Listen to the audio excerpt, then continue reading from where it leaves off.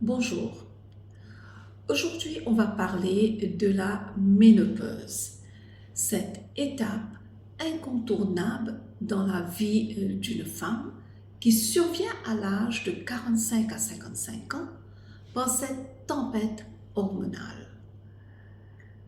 Il faut dire que la plupart des femmes vont passer cette étape sans anicroche. Certaines vont avoir certains symptômes de la ménopause, dont d'autres vont avoir la totale. Avant d'arriver à cette période de ménopause, il y a une période préménopausique où la femme commence à avoir des cycles irréguliers avec quelques petits symptômes par-ci par-là de bouffées de chaleur ou un peu de douleur. Mais quand l'arrêt des règles est pendant plus de 12 mois d'affilée, là on peut dire que la femme rentre définitivement dans la période ménopausique. Comment se caractérise cette période? Tout d'abord, le syndrome phare reste les bouffées de chaleur, qui surviennent particulièrement le soir, les bouffées nocturnes, et qui entraînent avec eux une insomnie si ça perdure, et aussi de la fatigue, parce que des insomnies pendant plusieurs semaines d'affilée vont rendre la femme fatiguée jusqu'au peut-être un burn-out. D'autres symptômes de la ménopause restent des douleurs aux articulations, syndrome qui est très souvent pas associé à la ménopause parce que la femme peut penser que ce sont des douleurs dues à l'âge ou au rhumatisme, etc.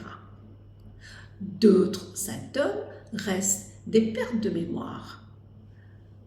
On oublie où on a rangé la voiture, on oublie où on a gardé ses clés, etc. Des sauts d'humeur. On est irrité, on passe de rire aux pleurs plus facilement, mais aussi la prise de poids, surtout au niveau abdominal. La sécheresse vaginale, qui peut entraîner une baisse de libido. Donc, la femme ménopausée peut avoir toutes ces différents symptômes. Quoi faire quand on rentre dans la tranche d'âge où on n'a plus ses règles? On va consulter le médecin, évidemment, qui va procéder à un bilan sanguin hormonal pour confirmer qu'on est bien dans la période ménopausique. Faire une ostéodensitométrie pour voir la densité osseuse. Faire un bilan sanguin pour vérifier le cholestérol, les différents paramètres comme le diabète aussi.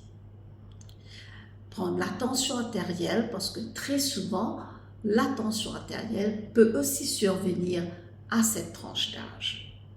La ménopause en elle-même n'est pas une pathologie, mais elle peut entraîner d'autres pathologies. Par exemple, on a remarqué un taux plus élevé d'AVC chez la femme ménopausée, d'accidents cardiovasculaires. On a aussi remarqué un taux élevé de fractures, en l'occurrence du col du fémur chez la femme ménopausée. Donc, il faut s'assurer que la femme suive un traitement adapté. Le traitement hormonal qui existe depuis bon nombre d'années a subi un revers de la médaille en 2002 quand, d'après une étude américaine, il a été remarqué qu'il y a un faux taux de cancer de sein et d'AVC chez la femme ménopausée qui suit un traitement hormonal.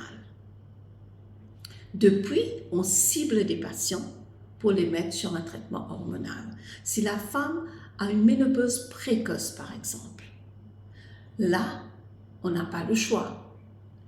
Elle aura aussi un processus d'ostéoporose accéléré, très jeune, et là on est obligé de lui mettre sur un traitement hormonal. On prend en considération la prédisposition génétique du cancer du sein chez la femme, parce que dans ce sens, on peut décider oui ou non si on va la mettre sur un traitement hormonal. On prend en considération l'hypertension. On prend en considération le taux de cholestérol. Donc, on cible le traitement hormonal. Depuis cette fameuse étude américaine, il faut dire que bon nombre de femmes se sont tournées vers la médecine douce. L'hypnothérapie, la phytothérapie, l'aromathérapie, le stretching, aussi plusieurs autres façons, pour plusieurs autres types de médecine douce pour les aider à surmonter cette étape. Donc, aujourd'hui, on voit que la ménopause peut être gérée aussi par des workshops. Le but, c'est de sensibiliser la femme sur son état, d'aider à gérer, à accepter déjà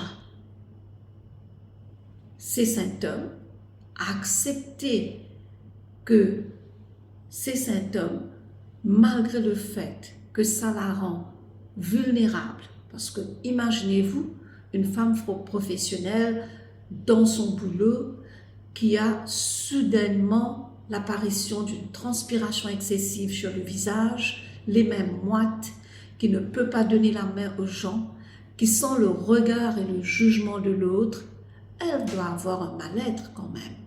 Donc, ces workshops sont là pour sensibiliser les femmes à s'accepter, mais aussi à gérer cette étape par les outils nécessaires, avec l'aide évidemment d'hypnothérapeutes, de physiothérapeutes, de nutritionnistes, parce qu'il faut aussi avoir un régime alimentaire adapté pour faire face à ce genre de situation. Mais aussi de physiothérapeutes pour nous aider à faire du stretching, par exemple, qui sont très, très importants dans cette étape de la vie d'une femme. Merci.